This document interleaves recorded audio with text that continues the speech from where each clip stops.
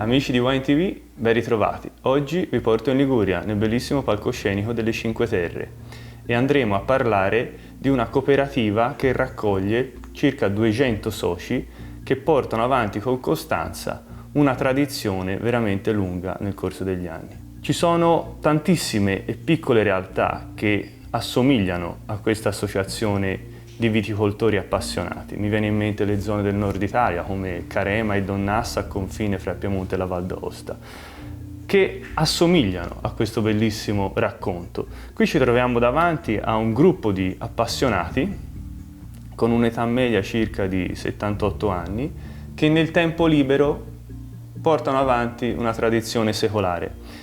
Questi vigneti che si affacciano sul mare sono dei terrazzamenti creati nel corso del tempo con muretti a secco, con sassi, quindi immaginatevi il lavoro che c'è dietro. L'altezza del vigneto difficilmente arriva a 1 metro, quindi generalmente siamo fra i 50 e i 60 centimetri dal terreno, quindi anche la difficoltà nella lavorazione, e un meccanismo di rotaie, di monorotaie che circondano tutti questi piccoli appezzamenti. Una vera e propria viticoltura eroica e fatta con tanta passione.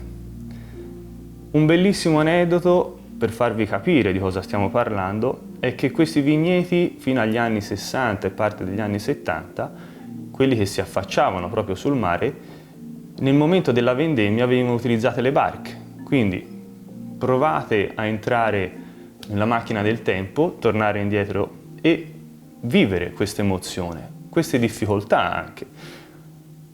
Oggi vi racconteremo però nello specifico di un vino. Cinque Terre Costa d'Aposa, che altro non è una sottozona della DOC Cinque Terre.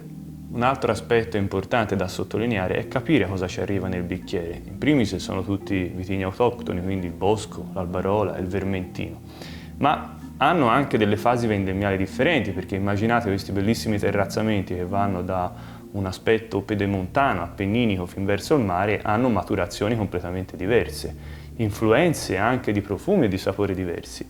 Quindi le lavorazioni sono veramente tante, su un territorio difficilissimo, scosceso, a picco sul mare. Costa d'Aposa rappresenta una particolarità, una sottozona nella zona di Rio Maggiore. Il vino è composto in prevalenza da Bosco, piccole percentuali poi di Albarola e un 10% massimo finale di Vermentino.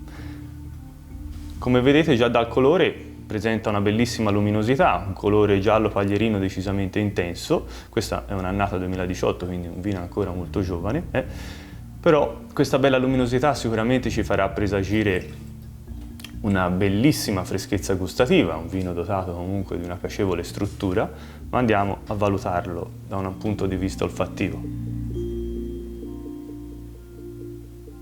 Ecco, un vino che esprime tantissima gioventù in termini floreali, fiori bianchi, frutta fresca, polpa bianca, ma queste note di brezza marina che caratterizzano sicuramente e influenzano il vino. Ma assaggiamolo.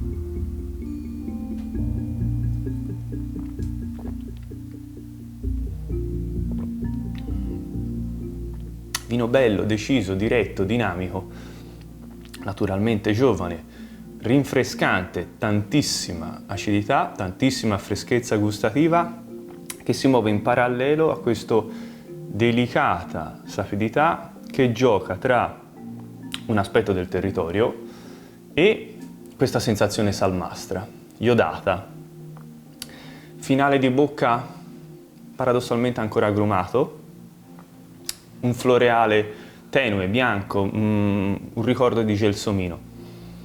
Un vino sicuramente da aspettare perché ad oggi esprime il suo aspetto più vivace, ma sicuramente saprà regalare emozioni nel tempo.